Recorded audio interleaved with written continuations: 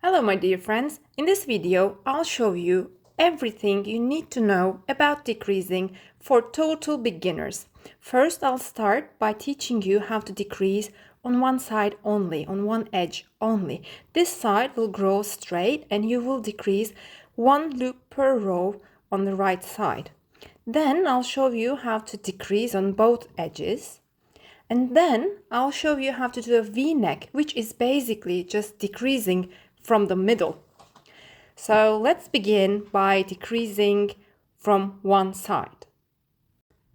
So here I have prepared a similar sample, and now I'll start decreasing from the right edge, but there are some general rules that I have to talk about before we begin. When we're decreasing, we always only decrease on the front side.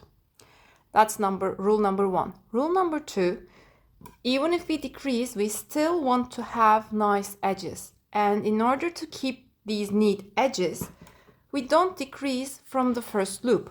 We transfer the first loop to our right needle and then we start decreasing with the second and thirds.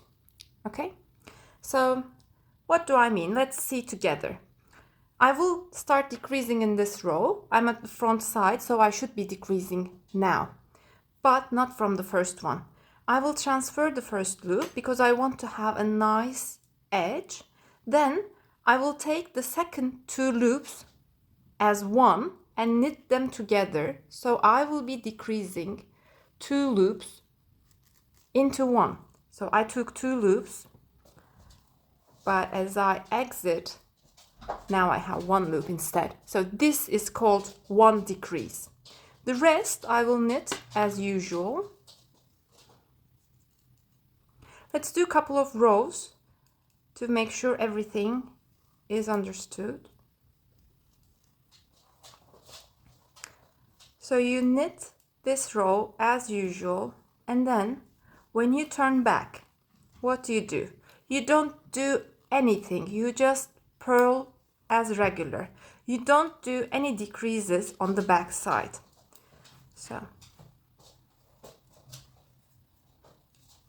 this is finished.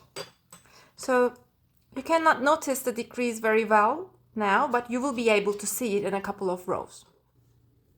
Now I'm on the back side.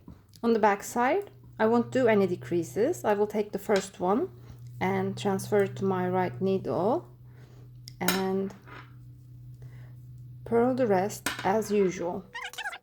This is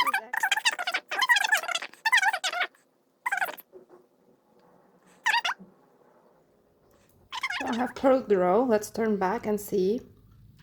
So we have now decreased only one. Now we're going to decrease another one. Okay? So we'll decrease the second.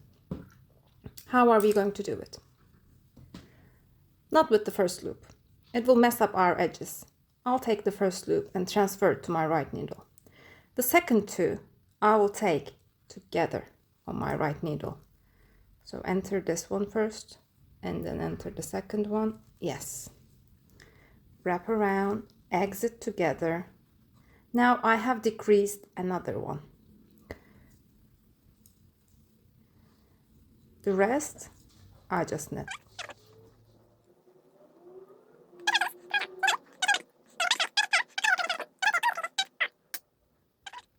Let's turn back. Here we will only purl. We won't do anything special, but as a general rule, I will not purl the first one. I'll purl all the rest.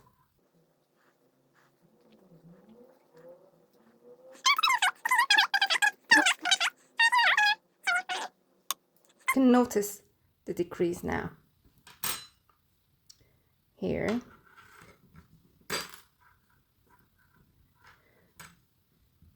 We are here on the decrease. And I'll keep doing the same and I'll meet you somewhere around here. So we can do a few more rows together. In general, you take the first one, transfer it to your right needle. The second two, you knit together and exit as one, which means you have decreased one. You knit the rest, you turn around, and then you purl. You don't do anything special. If you want to decrease again, you decrease when you come to the front side. Okay, I'll see you soon.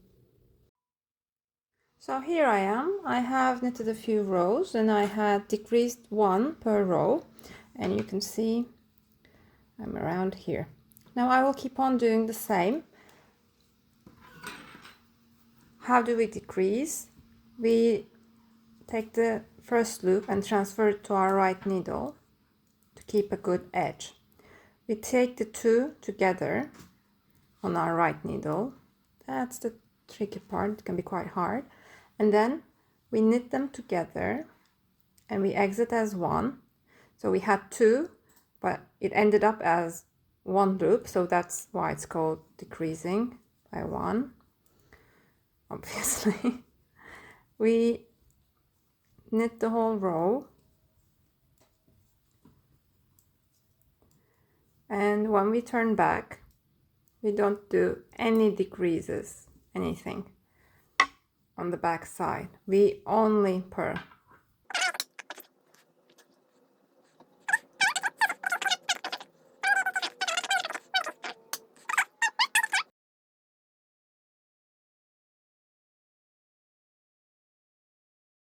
Now you have learned how to decrease on one side. You have learned that you have to spare the first one to keep a nice edge. You decrease the next two. You only decrease on the front side. So these are the basic knowledge about decreasing. Now we will keep on learning how to decrease on both sides.